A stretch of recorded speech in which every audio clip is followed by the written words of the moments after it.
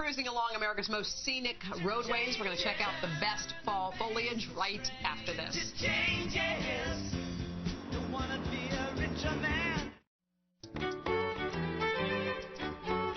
time now for today's travel, and we are taking you on a trip through some of the country's most glorious, colorful highways and mountain roads. Yeah, with yellow, amber, and red hues, fall foliage is at its peak, and Fodor's executive director, Arabella Bowen, is here with the best destinations this time of year. Nice to see you. This is such a fun time of year in the Northeast, isn't it? It's really beautiful. It isn't peak here in our tri-state area, but you must be talking like New Hampshire, Vermont, New England. Yeah, definitely starting to happen in Vermont. It'll continue through until mid-October, if not later. We've certainly seen things happening a bit later this season than years past. Because of the weather in the spring and summer, right? Exactly. Summer was so delayed this year. We're seeing it happen later. When's the best time to head up to Vermont if you wanted to go to that wonderful spot up there? Definitely. If you want to go to up to the Green Mountain Byway, we definitely recommend starting now. But you can go well into October, and you're going to see fabulous fall colors. Lots of maples up there as well. So all that classic red.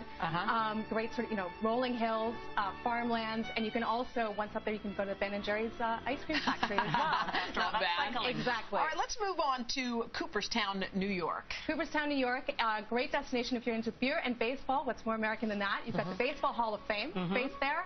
And there's also the Omegang Brewery, which is the only Belgian-style brewery in the United States. And it's on a beautiful setting as well, so you can go and taste your beer and see all the leaves turning there as well. It's really great. All right, why don't we go to the Blue Ridge Mountains in Asheville, North Carolina. That is a beautiful spot. I love it there. It's gloriously beautiful there. Gloriously beautiful indeed, and one of those destinations where you actually get to see all the color spectrum in fall. So it has every possible color imaginable. Two big highlights there: the Blue Ridge Parkway, which is one of America's favorite drives. You can bike that or drive it. You can also get off and go hiking and climbing. And the Biltmore Estate, which is the largest private residence in the United States, was built for George Vanderbilt, has an amazing art collection and formal gardens. It's absolutely splendid. That shot is gorgeous. Gorgeous. Colorado. Oh, come on. You like even just hearing the word. Rocky Mountain High. Indeed. And lots of yellows. Tell us about that area. So the Grand Mesa National Forest is a big pick for us. You can actually go up a chairlift there and see all of fall foliage all below you. It's a wonderful experience. And the area is full of great lakes as well, and lots of wildlife. That's where you really start to see moose and elk. It's a great destination to go hiking, go camping as well. It's terrific. What's the last one, Fodor? The Black Hills of South Dakota.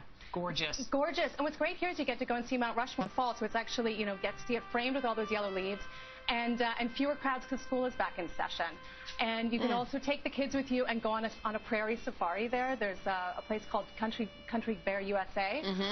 You can go and drive through and see all the animals with your kids. It's fantastic. And not just Mount Rushmore, but Crazy Horse. Yes. That is unbelievable. Oh, my gosh, it's thrilling to go to Crazy Horse. You have one more spot for us in Oregon, yeah? In Oregon, the Columbia River Gorge is absolutely spectacular. Great romantic destination as well.